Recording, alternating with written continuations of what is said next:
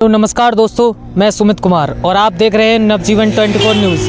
दोस्तों, आज हम यहां पर जिला संभल में छेमनाथ मंदिर पर आए हुए हैं और ये भी बहुत प्राचीन मंदिर है। ये तीर्थ नैमिषारण्य सिद्ध समाधि बाबा छेमनाथ जी महंत है यहाँ के, और ये 68 तीर्थों में भी आता है इसका जिक्र और इतिहास में भी है। तो इस मंदिर के बारे में आपको जानकारी देंगे, पूरी विस्तार से समझाएंगे और यहाँ के जो महंत है उनसे भी बात करेंगे। बहुत ही प्राचीन मंदिर है, बहुत सुंदर मंदिर है, उसको आज आपको दर्शन कराएंगे। चलते हैं मंदिर की तरफ को। और यहाँ पर ये बोर्ड भी लग रहा है, यहाँ पर आप सड़क के किनारे है, सड़क से लगभग 500 मीटर की दूरी पर अंदर की तरफ को ये मंदिर बना हुआ है और यहाँ से ये रास्ता गई है मंदिर की तरफ को रास्ता गई है एक, यहीं से होते हुए मंदिर की तरफ को चलेंगे। चलो चलते हैं मंदिर की तरफ को।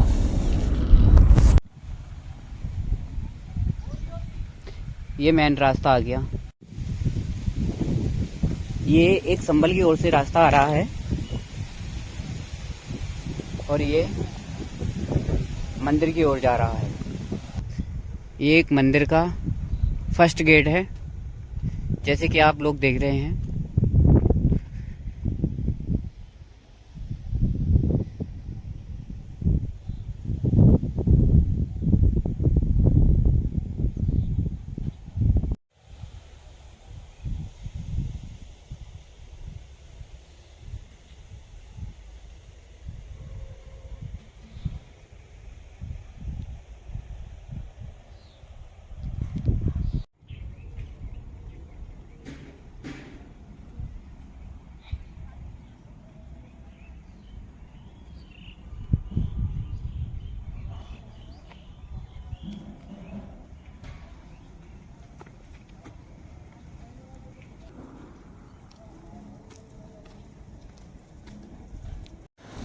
दोस्तों, मंदिर पर हम पहुंच चुके हैं और मंदिर का ये मेन प्रिंट है, आपको हम दिखा रहे हैं। ये सामने का जो अंदर हम जाएंगे, अंदर का मेन प्रिंट है ये।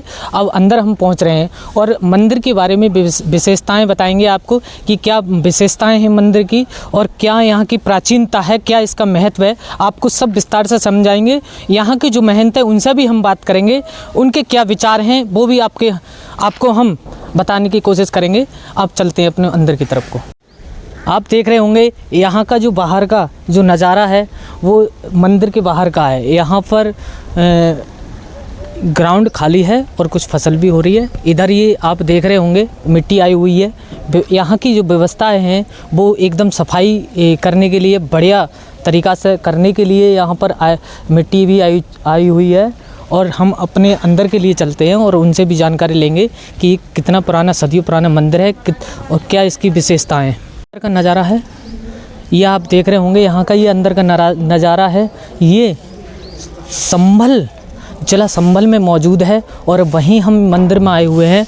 ये जो मंदिर है वो छेमनाथ बाबा सिद्ध समाधि बाबा के नाम से मंदिर बना हुआ है। बहुत ही प्राचीन काल का मंदिर है। आप देख रहे होंगे यहाँ पर ये मंदिर के अंदर का ग्राउंड है, बहुत ही सफाई है। दोस्तों, हम मंदिर में अंदर पहुंच चुके हैं और अब यहाँ के जो महंत हैं उनसे भी हम जानकारी लेंगे और ये कितना प्राचीन मंदिर है उसके बारे में हम जानकारी लेंगे। महंत जी अंदर हैं इस समय और उनसे भी हम जानकारी लेंगे। चलते हैं मंदिर की तरफ अंदर। आ जाइए जी। नमस्कार महंत। नमस्कार जी। नमस्कार। ये जो मंदिर है वो किसका मंदिर है? यहाँ पर ये जो है तीर्थ है, संभल तीर्थ नगरी है, जिसमें 68 तीर्थ और 19 कूप हैं।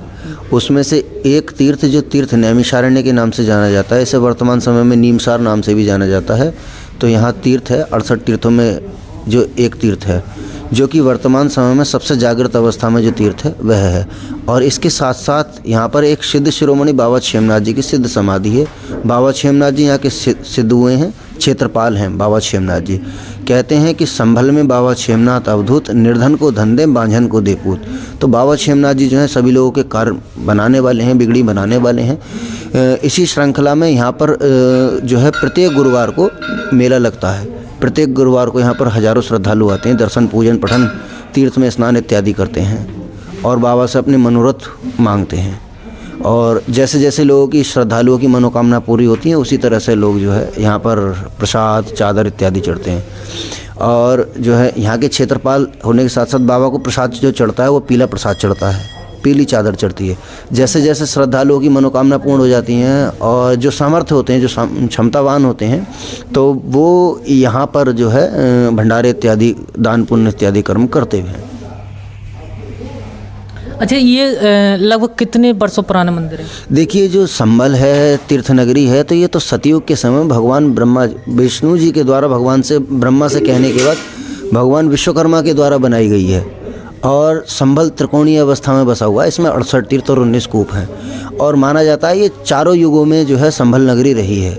सतयुग में इसका नाम सत्यव्रत था और त्रेता में इसका महेंद्रगिरी, द्वापर में पिंगल और वर्तमान में कलयुग के समय में इसका नाम संभल है, जो कि इसे संभल नाम से जाना जाता है।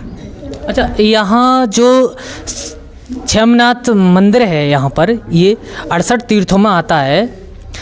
ये जो स्थापित है वो यहाँ किसी ने स्थापित किया था या यहाँ पर किसी ने समाधियाँ ली थी या तप किया था?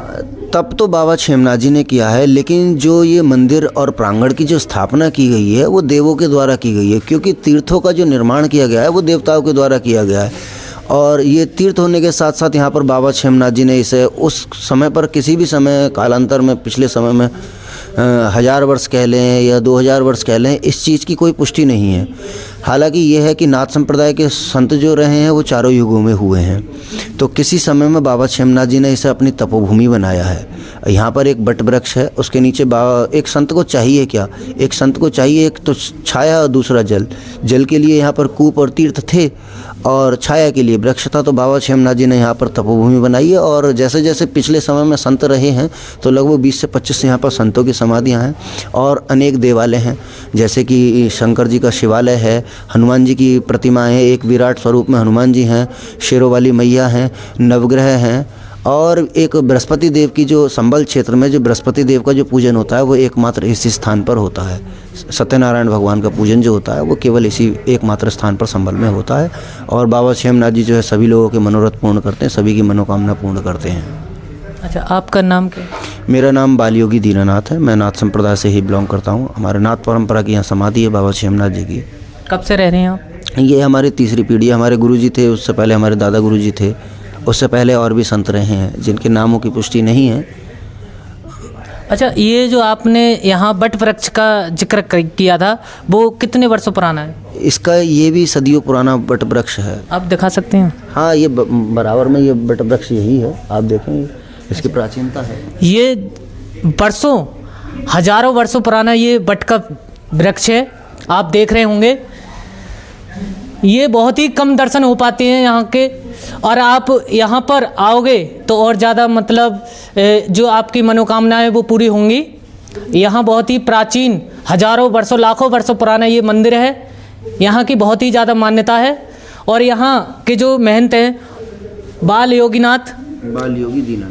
योगी दीनानाथ जी, वो हमें और भी सनातन के बारे में, सनातन का प्रचार कर रहे हैं, उनके बारे में और भी हम जानकारी लेंगे जी। जैसे इस समय जो संबल में 68 तीर्थ 19 कूप, या टोटल सारे निकल चुके हैं? नहीं, सारे तो अभी नहीं निकले हैं, सारों की पुष्टि नहीं हुई है अभी, तो बहुत सारे कब्जा मुक्त होने बाकी हैं अभी। अच्छा, क्योंकि लगभग 68 तो तीर्थ है और 19 कूप हैं और अनेक समाधियाँ, अनेक बहुत सारे चीज़। संबल एक ऐतिहासिक नगरी रहा है और इसके साथ साथ ऐतिहासिक नगरी होने के साथ साथ पिछले समय में ये राजधानी भी रहा है। पृथ्वीराज चौहान जी की जो राजधानी थी वो संबल थी एक समय में, पिछले समय में। तो यहाँ पर किले भी रहे हैं, दुर्ग भी रहे हैं और बड़े बड़े मंदिर रहे हैं।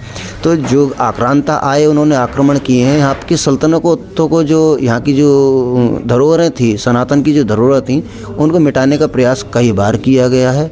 और अब जो वर्तमान समय में जो परम पूज्य योगी आदित्यनाथ जी मुख्यमंत्री हैं, तो उनकी मदद से मान लीजिए, या स्थानीय प्रशासन की वजह से मान लीजिए, या जो है इनका समय आ गया ये मान लीजिए, खैर जो अपनी अपनी मान्यताएं हैं, लेकिन ये स्वर्णिम समय चल रहा है। जो सारी चीज़ें निकल रही और निकलती रहनी चाहिए और सनातन की जो चीज़ें हैं वो प्रकाश में आते रहनी चाहिए और साथ साथ इनका जो है संभालना भी चाहिए। इन सारी चीज़ों को ये निकलना ही एक अलग बात नहीं है, इनका जो देख रेख भी होनी चाहिए, निकलने के बाद उनकी देखभाल होनी चाहिए, उनकी केयरिंग होनी चाहिए।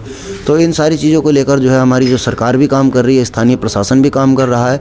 इसके साथ साथ हमारे सभी हिंदू समाज को इन सारे क्षेत्रों में काम करना पड़ेगा, स्थानीय प्रशासन का साथ देना पड़ेगा, सरकार का साथ देना पड़ेगा। अच्छा, ये हमारा जो सनातन है वो कितना लगभग कितने वर्षों पुराना है? सनातन का ना तो आदि है ना अंत है, ये हमेशा था, हमेशा है और हमेशा रहेगा। हर व्यक्ति सनातन है? आप मान सकते हैं, जीव ही सनातन है। जीव ही सनातन? हाँ, जीव ही सनातन है। आप जो है क्या है ये सनातन? सनातन शब्द का कोई व्यक्ति अगर अर्थ निकालना चाहे निकाल नहीं पाएगा, अपने अपने हिसाब से अर्थ निकालते हैं। लेकिन सनातन ऐसी चीज़ है जिसका तो ना आदि है ना अंत है, ना इसका जन्म होता है ना ये मरता है। आध्यात्मिक ज्ञान क्या है? आध्यात्म ज्ञान आत्मा का साक्षात्कार करना, कहते हैं आत्मा ही परमात्मा है। अब आप इस लॉजिक को लेंगे तो एक चीज़ कहते हैं योग। क्या है योग? योग को कहते हैं जोड़ना। योग का अर्थ होता है जोड़ना। सबसे पहले अपनी शरीर को अपनी आत्मा से, फिर उस आत्मा को परमात्मा से जोड़ने का नाम ही योग है। उसके अलग अलग माध्यम हो सकते हैं। इस तरह से हम एक चीज़ जो हमारे प्राणायाम वगैरह ये सारी चीज़ें जो आती हैं, ये 8 अष्टांग योग के अंतर्गत आती हैं। यम, नियम, आसन, प्राणायाम, ध्यान, धारणा, समाधि, ये सारी चीज़ें जो अष्टांग योग में आता है। जो इसकी जो सबसे लास्ट स्टेज जो होती है वो समाधि है। लेकिन जो आत्म साक्षात्कार जो होना है उसको ही ज्ञान कहते हैं, या आत्मज्ञान होना चाहिए, तत्वों का ज्ञान। अब आप ये लगा लीजिए, भगवान शब्द जो बना है वो 5 शब्दों से मिलकर बना है, भा, गा, वा, आ, ना। इसका अगर आप अर्थ लगाएंगे तो भा से भूमि, गा से गगन, ठीक है, भा, गा, वा से वायु, आ से अग्नि, ना से नीर। तो इन 5 तत्वों से मिलकर हमारा शरीर बना हुआ है। तो परमात्मा को संसार में ढूंढने की आवश्यकता नहीं है। लेकिन जब तक आप नाम जप नहीं करोगे, आत्मचिंतन नहीं करोगे, तो भगवान की जो खोज जो करते हैं लोग संसार में, ऐसे नहीं मिलते हैं। आत्मा के अंदर ही, अपने सूक्ष्म शरीर के अंदर ही इस चीज़ की खोज करनी पड़ेगी। अगर आप श्रीमद् भागवत जी का जब अध्ययन करेंगे तो इन सारी चीज़ों का जो विशेष रूप से जो भगवान श्री कृष्ण ने अर्जुन को जो ज्ञान स्वरूप जो बताया है, आत्मज्ञान भी दिया है, तत्व ज्ञान भी दिया है और सांसारिक ज्ञान भी दिया है। अच्छा, यहाँ जो संबल जिला में बताते हैं कि युग, ये कलयुग चल रहा है, इस कलयुग में कल की अवतार भी लेंगे, क्या वो कल की अवतार लेंगे? हाँ, ये तो निश्चित है। भगवान ने श्रीमद् भागवत जी में ये लिखा है, शायद 12 खंड का दूसरा श्लोक है। तो उसमें जो है भगवान श्री कृष्ण ने ये वर्णन किया है कि मैं कलयुग में जो है संभल में ही जन्म लूँगा। लेकिन संभल तो इस धरती पर और भी हैं, तो उस संभल की निशानी भी बताई है। तो वो संभल की निशानी ये बताया गया कि गंगा और रामगंगा के मध्य में जो स्थित होगा। तो आप इसके पश्चिम, संभल की पश्चिम दिशा में देखेंगे तो गंगा है, और इसकी पूर्व दिशा में देखेंगे तो आपको जो है यहाँ पर रामगंगा है। तो इसके मध्य में जो ये संभल बसा हुआ है, तो यही संभल, वो निश्चित रूप से वो यही है। और इस चीज़ का इसी में नहीं, भागवत जी में नहीं, अन्य पुराणों में, शास्त्रों में भी वर्णन मिलता है। स्कंद पुराण का अगर आप वर्णन करेंगे, स्कंद पुराण का अध्ययन करेंगे आप भूमिखंड का, स्कंद पुराण के भूमिखंड में संभल का पूर्ण रूप से वर्णन दिया गया है। उसी की एक पुस्तक लिखी हुई है, उसी में से संशोधित कर या उसमें से शब्दों को चुनकर एक पुस्तक प्रकाशित हुई थी पिछले समय में, अब तो लुप्त हो गई है। अब नया प्रकाशन उसका सामने आ रहा है, संभल महात्मा के नाम से वो पुस्तक है। उसमें संभल के 68 तीर्थों का महत्व है। संभल का महत्व है कि संभल क्या है। तो मेरी एक राय है आपके चैनल के माध्यम से सभी लोगों की, एक बार संभल महात्मा पुस्तक को ज़रूर पढ़ें। उसे पढ़ेंगे तो संभल को जानने के विषय में आपको बहुत मदद होगी कि संभल क्या है, संभल की सच्चाई क्या है। महाराज जी, एक सवाल और है, लोगों के मन में रहता है कि सनातन धर्म और मानव धर्म क्या ये अलग अलग हैं या एक ही हैं? एक ही है। सनातन सर्वे भवन्तु सुखिनः की बात करता है। सर्वे भवन्तु सुखिनः, सर्वे सन्तु निरामया, सर्वे भद्राणि पश्यन्तु मा कश्चित्। सभी को पालने की बात करता है। और जो किसी को मिटाने की बात करता है वो धर्म नहीं हो सकता। वो पंथ मजहब अपने अपने हिसाब से जो लोग बना लेते हैं वो सारी चीज़ें होती हैं। लेकिन धर्म केवल सनातन है, सत्य सनातन है। इसको ना ही तो आदि है, ना कभी अंत है, ना ही इसी का कभी जन्म होता, ना ही कभी मरता है। लोग अपने अपने हिसाब से प्रयास करते आए, आज से क्या पिछले बीते समय में कई हजार वर्षों तक प्रयास होते रहे, लेकिन ना तो सनातन को कोई मिटा पाया है और ना ही मिटा पाएगा। यहाँ जो आप क्षेमनाथ धाम पर हैं, यहाँ परिक्रमा भी होती है? यहाँ की नहीं, पूरे संभल की 24 कोस की परिधि के अंदर संभल बसा हुआ है। वो कहाँ कहाँ परिक्रमा होती है, ज़रा बताइए। हाँ, इसका जो परिक्रमा का प्रारंभ होता है कार्तिक मास की शुक्ल पक्ष की चतुर्थी को होता है, जो कि वार्षिक स्वरूप में होती है। इस दिन जो है वंशगोपाल तीर्थ से प्रारंभ होते हुए भुवनेश्वर तीर्थ होते हुए यहाँ नैमिषारण्य तीर्थ, बाबा क्षेमनाथ धाम होते हुए चंदेश्वर तीर्थ होते हुए फिर वह पुनः जो है वंशगोपाल तीर्थ पर जाकर विराम होती है। इसमें संभल को परिधि के अंदर लिया जाता है। इसके अंदर ये माना जाता है कि इस परिक्रमा को करने से जो है जो 84 का जो चक्कर होता है वो भी पार हो जाता है, व्यक्ति को दोबारा जन्म लेना नहीं पड़ता है। संभल के सभी तीर्थों की जो है परिक्रमा मानी जाती है। यहाँ की क्या मान्यता है? यहाँ की अगर व्यक्ति बाबा क्षेमनाथ जी को अगर सच्चे मन से मानता है, तीर्थ में स्नान इत्यादि करके पूजन पठन करता है, तो बाबा कहते हैं कि संभल में बाबा क्षेमनाथ अवधूत, निर्धन को धन दे, बांझन को दे पूत। तो ये निर्धन को धन देने वाले कुबेर देवता के अंशज भी माने गए हैं, और जो बांझ स्त्रियाँ होती हैं जिनके पुत्र नहीं होते, संतानें नहीं हो पाती हैं, तो उनको संतान देने वाले हैं। और ये सच बात है। अगर आप आएंगे, लोगों से जानकारियाँ लेंगे कभी मेले के दिन, तो इसमें असंख्य जो महिलाएं, बांझ महिलाएं जिनके काफ़ी समय तक संतानें उत्पन्न नहीं हुई थी, तो बाबा क्षेमनाथ जी के आशीर्वाद से उनकी संतानें उत्पन्न होती हैं। ये सिद्ध हुए हैं बाबा क्षेमनाथ जी यहाँ पर। लगभग कितने उसमें ये मंदिर है? नहीं, इसका तो कोई अनुमान नहीं है। लगभग फिर भी 20 से 25 बीघे का एरिया है जिसमें ये बसा हुआ है। ये यहाँ भंडारा भी होता है? हाँ, जैसे जैसे श्रद्धालुओं की मनोकामना पूर्ण होती है, अपने सामर्थ्य के अनुसार श्रद्धालु करते हैं भंडारे। लगभग हर सप्ताह, हर प्रत्येक गुरुवार को ये भंडारे का आयोजन रहते हैं। यहाँ जो क्षेमनाथ बाबा की जो समाधि है वो कहाँ पर है, आप दिखा सकते हैं? नहीं, आप देखिए यहाँ पर जो मुख्य मंदिर जो है वो बाबा क्षेमनाथ जी का, ये पीछे देखेंगे आप तो ये बाबा क्षेमनाथ जी की समाधि है। देख रहे होंगे आप सामने बाबा क्षेमनाथ जी महाराज की जो समाधि है, बहुत ही सुंदर।